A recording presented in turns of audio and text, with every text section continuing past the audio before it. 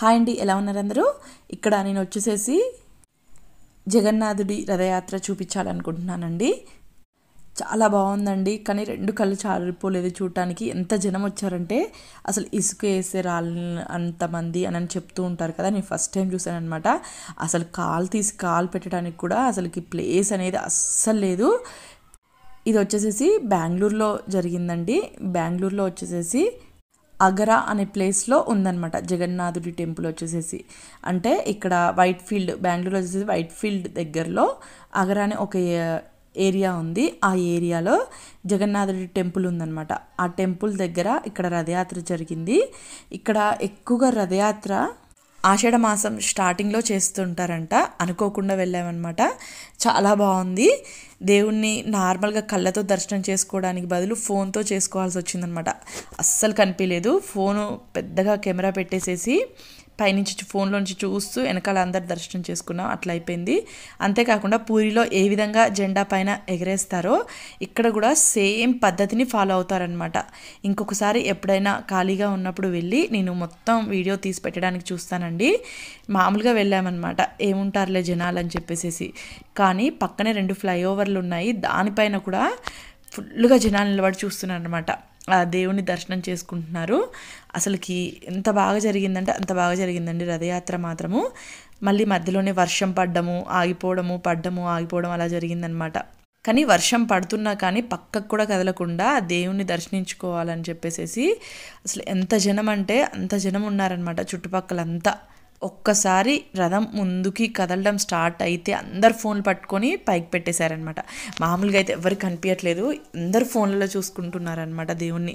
అక్కడ పైన మీకు ఎల్లో కలర్లో కనిపిస్తుంది చూడండి, గోపురం లాగా, అదే అనమాట రథం వచ్చేసేసి. ఆ రథంలో జగన్నాథుడిని రథయాత్రకు తీసుకొచ్చారనమాట.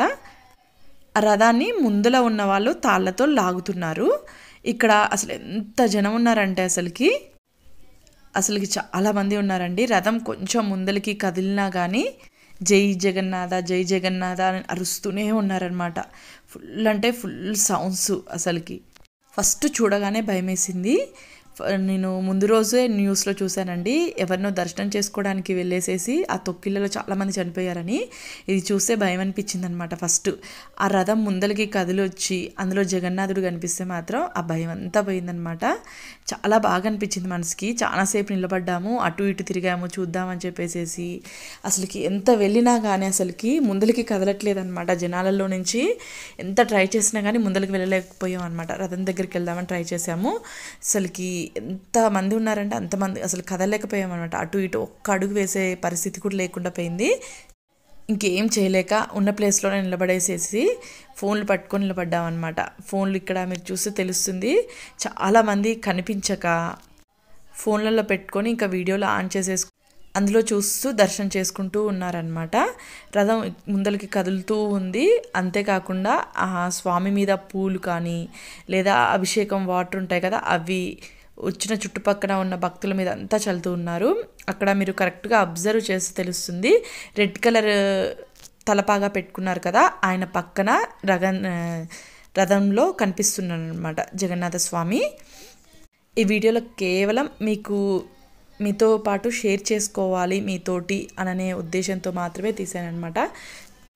నేనైతే ఫస్ట్ టైం అండి జగన్నాథుడి రథయాత్ర చూడడం అయితే నేనైతే ఫస్ట్ టైము. ఇక్కడ ఆషాఢ మాసంలో ఫస్ట్ అంటే మొదటి వారం ఉంటుంది కదా, ఆ వారంలో చేస్తారంట.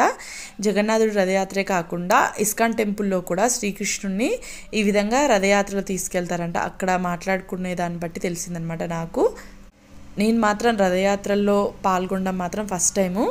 ఫస్ట్ భయం వేసినా కానీ తర్వాతకి చాలా సంతోషంగా అనిపించింది. ఆ రథం పైన ఉన్న గోపురాన్ని చూసినా చాలు, చాలా పుణ్యం అని చెప్పేసి చాలామంది అంటున్నారు అనమాట అక్కడ చుట్టుపక్కలంతా.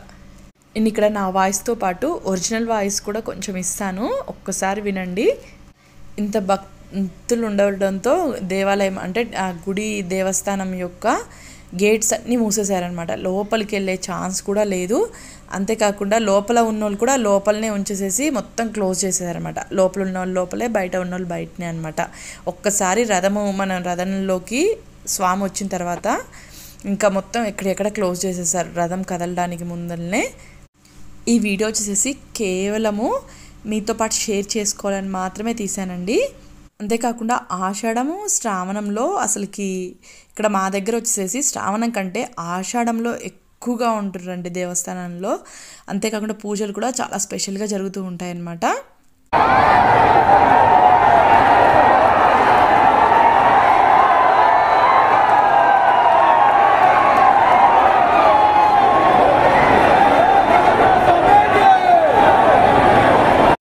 అసలు ఎలా అనిపించిందండి సౌండ్. ఇంకా మేము అక్కడ లైవ్లో ఉన్నాం, అసలుకి చెవులు రెండు పనిచేయలేదనమాట కాసేపు బయటకు వచ్చిన తర్వాత.